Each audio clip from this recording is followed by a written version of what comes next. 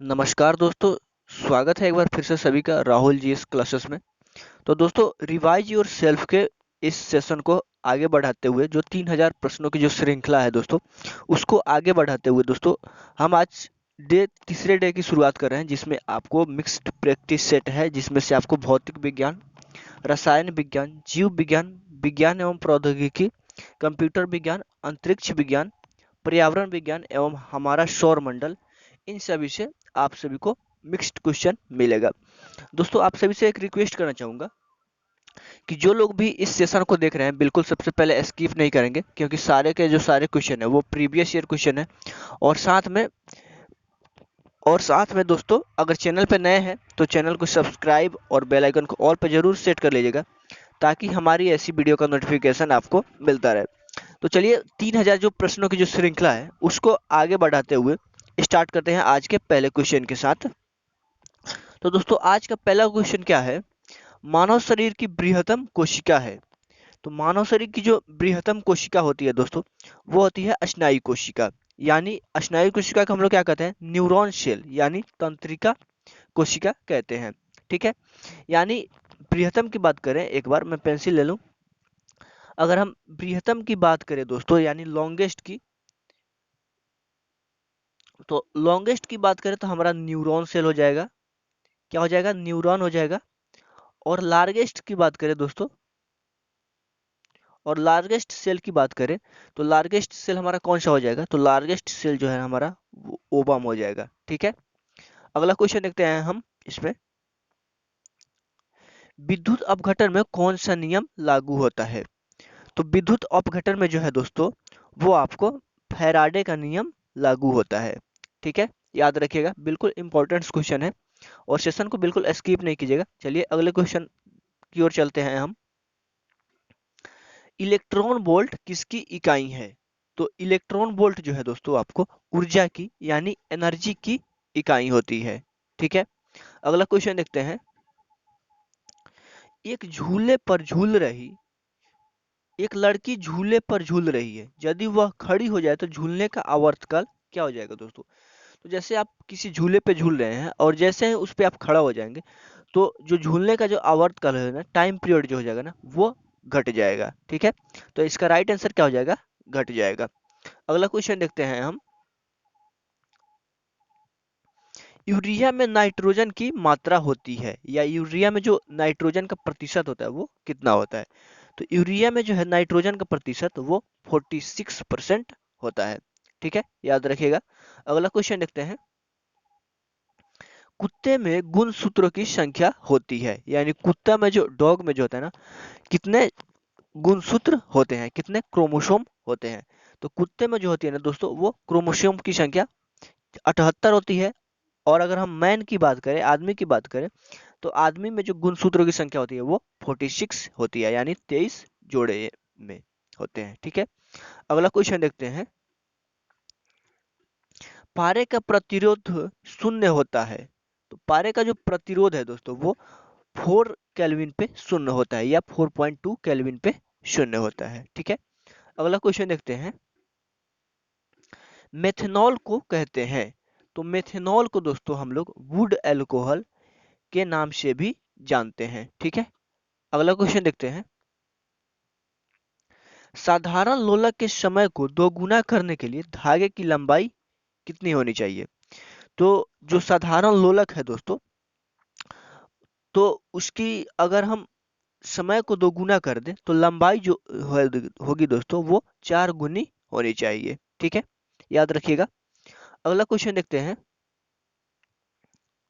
प्रत्येक 1 degree Celsius ताप बढ़ाने पर वायु में ध्वनि का वेग बढ़ता है।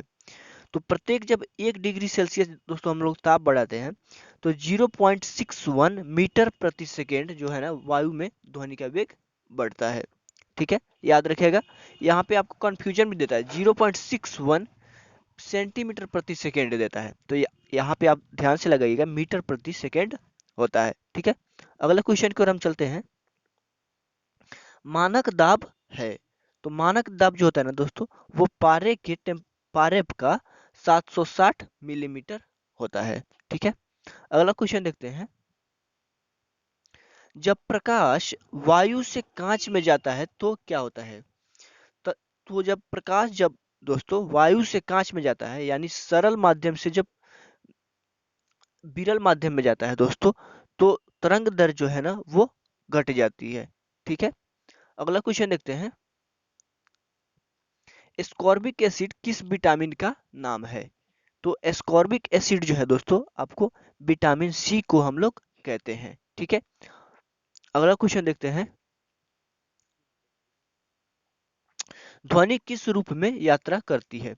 तो ध्वनि जो है यानी साउंड जो है दोस्तों वो आपको लॉन्गिट्यूडनल वेव के रूप में यात्रा करती है, यानी अनुदैर्ध्य तरंगों के रूप में यात्रा करती है।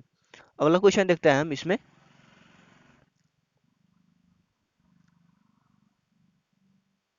सोनार मुख्यतः उपयोग किया जाता है। तो सोनार जो है दोस्तों मुख्यतः समुद्री यात्रियों के द्वारा प्रयोग किया जाता है। और सोनार का फुल फॉर्म क्या होता है दोस्तों? तो sound navigation and ranging centre होता है। ठीक है, अगला क्वेश्चन देखते हैं इसमें हम। सूर्य में नाभिकीय ईंधन है। तो सूर्य में जो नाभिकीय ईंधन होता है दोस्तों वो हाइड्रोजन होता है। हाइड्रोजन का अगर परसेंटेज पूछे दोस्तों तो परसेंटेज आपको 74% होता है। ठीक है, और हीलियम की बात करें तो हीलियम जो होता है ना 25.6% होता है। ठीक है, अगला क्वेश्चन देखते हैं इसमें हम। शरीर की दूसरी सबसे बड़ी ग्रंथि कौन सी है? तो शरीर की जो दूसरी सबसे बड़ी ग्रंथि है दोस्तों वो है आपको अग्नाशय यानी पैंक्रियाज जो है शरीर की दूसरी सबसे बड़ी ग्रंथि है, जिसे हम लोग मिक्स्ड ग्लैंड भी कहते हैं। ठीक है, और पूछे कि शरीर की सबसे बड़ी ग्रंथि कौन सी है तो लीवर हो जाएगी। ठीक है, याद रखिएगा। अगला क्वेश्चन देखते हैं इसमें हम।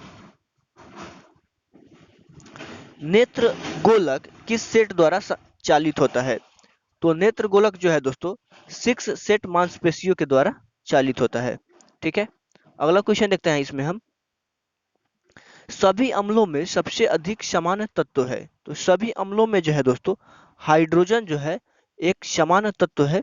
और ये सबसे पहले किसने कहा था दोस्तों कि सभी अम्लों में हाइड्रोजन एक समान तत्व है? तो ये सबसे पहले डेवी ने कहा था।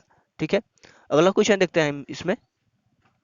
ऑक्सीकरण को किस रूप में परिभाषित किया गया है? तो ऑक्सीकरण को दोस्तों हम लोग इलेक्ट्रॉनों की हानि यानी लॉस ऑफ इलेक्ट्रॉन के रूप में परिभाषित कर सकते हैं। ठीक है, अगला क्वेश्चन देखते हैं। अम्ल का स्वाद होता है। तो अम्ल का जो स्वाद होता है दोस्तों यानी एसिड का जो स्वाद होता है वो आपको खट्टा होता है। ठीक है, अगला क्वेश्चन देखते हैं।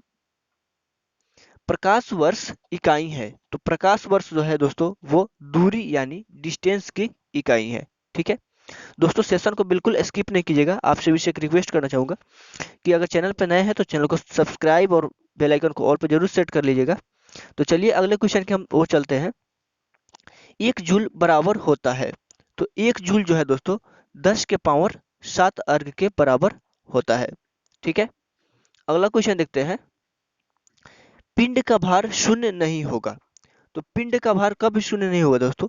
तो किसी घर्षणहीन सतह पर यानी किसी जो फ्रैक्शन वाला जो सतह है उस पे आपको किसी भी पिंड का भार शून्य नहीं होगा। बाकी पृथ्वी के केंद्र में शून्य हो सकता है, अंतर्ग्रहित अंतरिक्ष में शून्य हो सकता है और स्वतंत्र गिरने के दौरान भी शून्य हो सकता है। ठीक है, अगला क्वेश्चन देखते हैं हम इसमें। वर्षा की बूंदें किसके कारण गोलाकार होती हैं? तो वर्षा की जो बूंदें होती हैं दोस्तों वो पृष्ठ तनाव यानी सरफेस टेंशन के कारण गोलाकार होती है। किसके कारण होती है? तो सरफेस टेंशन के कारण गोलाकार होती है। अगला क्वेश्चन देखते हैं हम। जब बर्फ के एक टुकड़े पर दबाव बढ़ाया जाता है तो उसका गलनांक क्या होता है?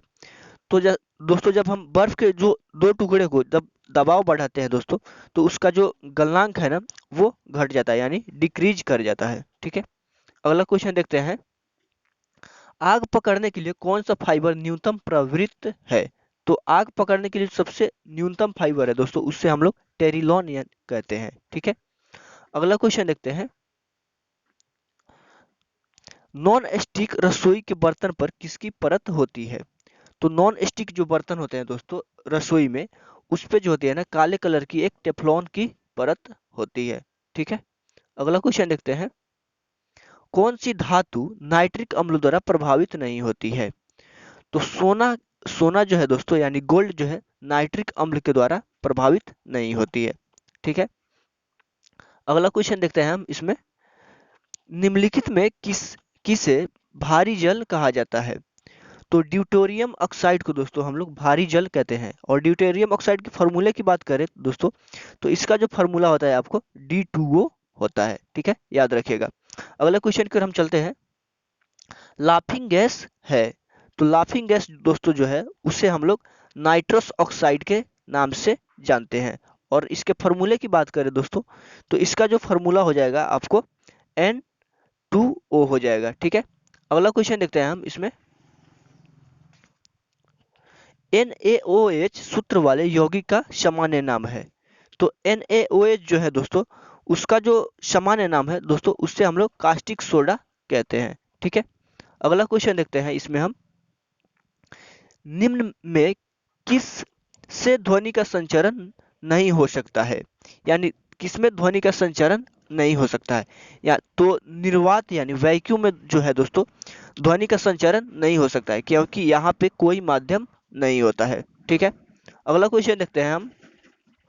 ग्रहों की परिक्रमा की गणना की जाती है। तो ग्रहों की जो परिक्रमा की गणना है दोस्तों वो डॉपलर इफेक्ट के द्वारा यानी डॉपलर प्रभाव के द्वारा की जाती है। ठीक है, और आज की अंतिम क्वेश्चन की हम बात करते हैं दोस्तों। तो मानव शरीर में धमनियों का कार्य है, यानी मानव शरीर के जो आर्टरी होते हैं उसका क्या कार्य है? तो हार्ट से जो दोस्तों ब्लड होता है ना, हृदय से रक्त को लाना होता है, ब्लड को। तो ये क्या करती है आर्टरीज हमारे हार्ट तक क्या करती है, प्योर जो ब्लड होता है ना उसको लाके हमारे पूरे शरीर में फैलाती है। तो दोस्तों ये था आज का सेशन। उम्मीद है कि आप सभी को एक सेशन पसंद आया होगा दोस्तों। अगर सेशन पसंद आया होगा दोस्तों तो वीडियो को लाइक और अपने दोस्तों के साथ शेयर जरूर कर दीजिएगा ताकि ऐसी ही वीडियो आप सभी को मिलती रहे। तो चलिए मिलते हैं नेक्स्ट क्लास में, तब तक के लिए जय हिंद, जय भारत।